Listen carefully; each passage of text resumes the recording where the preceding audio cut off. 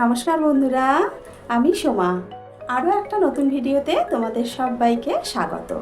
চলো দেখে নেওয়া যাক আমার আজকের এই রেসিপিটা। বন্ধুরা, আজ তোমাদের সাথে শেয়ার করব একটা আলু পটলের নিরামিষ রেসিপি। তৈরি করব নিরামিষ আলু পটলের কালিয়া। সম্পূর্ণ নিরামিষভাবে পেঁয়াজ রসুন ছাড়া এই আলু পটলের কালিয়া তোমরা যে কোনো নিরামিষের দিন অনায়াসেই তৈরি করে ফেলতে পারো। গরম গরম সাদা ভাত, পোলাও, লুচি, পরোটা সব কিছুর সাথেই কিন্তু এই আলু পটলের কালিয়া খেতে দুর্দান্ত লাগে। আলু পটলের কালিয়া তৈরি করার জন্য প্রথমেই একটা কড়া গরম করে তাতে দিয়ে দিলাম 4 টেবিল চামচ মতন সাদা তেল। তেলটাকে ভালো করে গরম করে নিয়ে এর মধ্যে দিয়ে দিলাম পটল।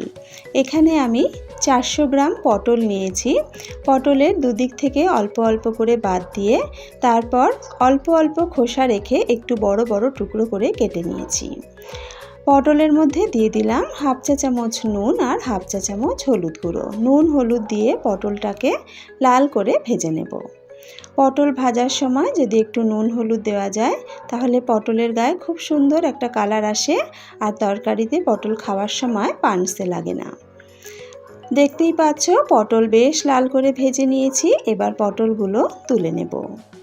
পটলগুলো একটু বড় বড় করে রেখেছি, তার কারণ পটল ভাজলে কিন্তু একটু চুপসে যায়। পটলগুলো তুলে নেওয়ার পর এবার এই তেলেই আলু ভেজে নেব। এখানে আমি 4টে মাঝারি সাইজের আলু একটু বড় বড় টুকরো করে কেটে রেখেছি। আলুর মধ্যেও দিয়ে দিলাম সামান্য একটু নুন আর সামান্য একটু হলুদ গুঁড়ো। নুন হলুদ দিয়ে আলুগুলোকেও কিন্তু লাল করে ভেজে তুলে নেব। আলু কিন্তু বেশ লাল করে ভেজে নিয়েছি। এবার আলুগুলো তুলে নেব।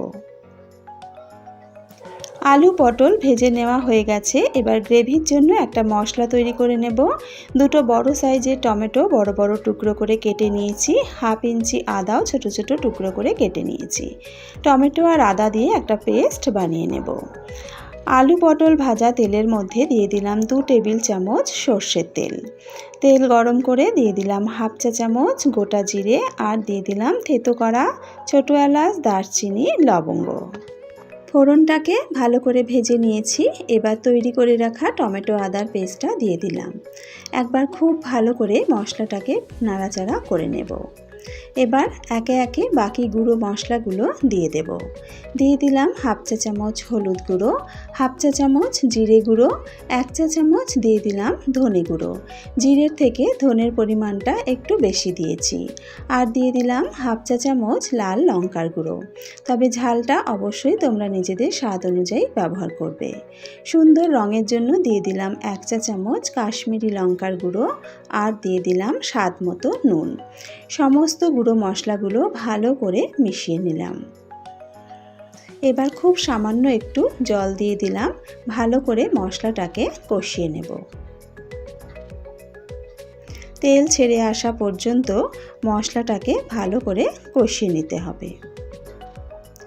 দেখো মশলা কিন্তু বেশ সুন্দরভাবে কষানো হয়ে গেছে। আমার চ্যানেলের যে সকল বন্ধুরা এখনও আমার চ্যানেলটাকে সাবস্ক্রাইব করনি তাদের কাছে অনুরোধ রইল, প্লিজ আমার চ্যানেলটা সাবস্ক্রাইব করে আমার পাশে থেকো। তার সাথে সাথে পাশে থাকা বেল আইকনটা প্রেস করে নিও, তাহলে আমি চ্যানেলে যখনই কোনো নতুন রেসিপি আপলোড করব তার নোটিফিকেশান সবার আগে পৌঁছে যাবে তোমাদের কাছে। 2-3 টেবিল চামচ চিনে বাদাম আধ ঘন্টা জলে ভিজিয়ে রেখেছিলাম। তারপর খোসা ছাড়িয়ে অল্প জল দিয়ে একটা মিহি পেস্ট বানিয়ে নিয়েছি। চিনে বাদাম বাটাটা দিয়ে দিলাম। মিক্সারের জারটা ধুয়ে সামান্য একটু জল দিলাম। এবার ভালো করে বাদাম বাটাটা মশলার সাথে মিশিয়ে নেব। আমি এখানে চিনে বাদাম ব্যবহার করেছি, তোমরা চাইলে কিন্তু আমন্ড বা কাজু বাদামও ব্যবহার করতে পারো। বাদাম দিয়ে মশলাটাকে আবারও খুব ভালো করে কষিয়ে নিতে হবে। যেহেতু বাদাম বাটা তলায় ধরে যেতে পারে তাই মাঝে মাঝেই কিন্তু একটু নাড়াচাড়া করতে হবে। এবার ভেজে রাখা আলু আর পটল দিয়ে দিলাম। মশলার সাথে আলু পটল খুব ভালো করে মিশিয়ে নেব। মিনিট খানেক সময় নিয়ে আলু পটল মশলার সাথে কষিয়ে নেব। আলু পটল ভালো করে কষিয়ে নিয়েছি। এবার এতে দিয়ে দিলাম পরিমাণ মতো জল।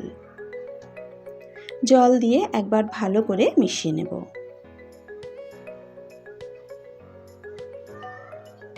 এবার গ্রেভিটা ফুটে উঠলে মিডিয়াম টু লো আঁচে চাপা দিয়ে 10 মিনিট রান্না করে নেব।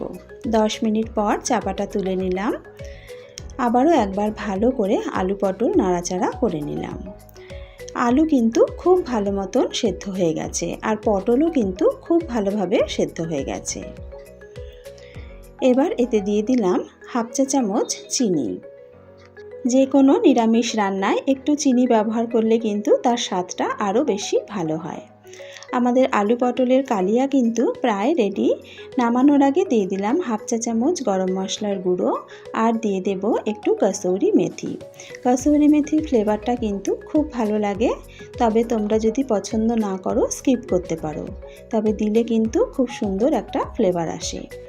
গরম মশলা আর কসুরি মেথিটা দিয়ে ভালো করে মিশিয়ে নেব। আমাদের আলু পটলের কালিয়া একদম রেডি। এবার নামিয়ে সার্ভ করে নেব। তৈরি হয়ে গেল আলু পটলের একদম নিরামিষ একটা রেসিপি। আলু পটলের কালিয়া যদি এইভাবে রান্না করে নেওয়া যায় তাহলে কিন্তু খেতে অসাধারণ লাগে। যে কোনো নিরামিষ দিনে এইভাবে আলু পটলের কালিয়া তৈরি করলে গরম গরম সাদা ভাত বা পোলাওয়ের সাথে খেতে কিন্তু দুর্দান্ত লাগবে। তাছাড়া লুচি পরোটার সাথেও কিন্তু খেতে ভীষণ ভালো লাগে। আর খুব সহজ একটা রেসিপি, খুব তাড়াতাড়ি তৈরি করা হয়ে যায়। আশা করি আমার আজকের এই রেসিপিটা তোমাদের ভালো লেগেছে। যদি রেসিপিটা ভালো লেগে থাকে তাহলে অবশ্যই কিন্তু রেসিপিটা একবার বাড়িতে ট্রাই করো। আর বাড়িতে ট্রাই করলে খেতে কেমন হয় কমেন্টস করে আমাকে জানাতে কিন্তু ভুলো না। আজকের ভিডিও এখানেই শেষ করছি। আবারও হাজির হয়ে যাব একটা নতুন রেসিপির সাথে। সকলে ভালো থেকো, সুস্থ থেকো।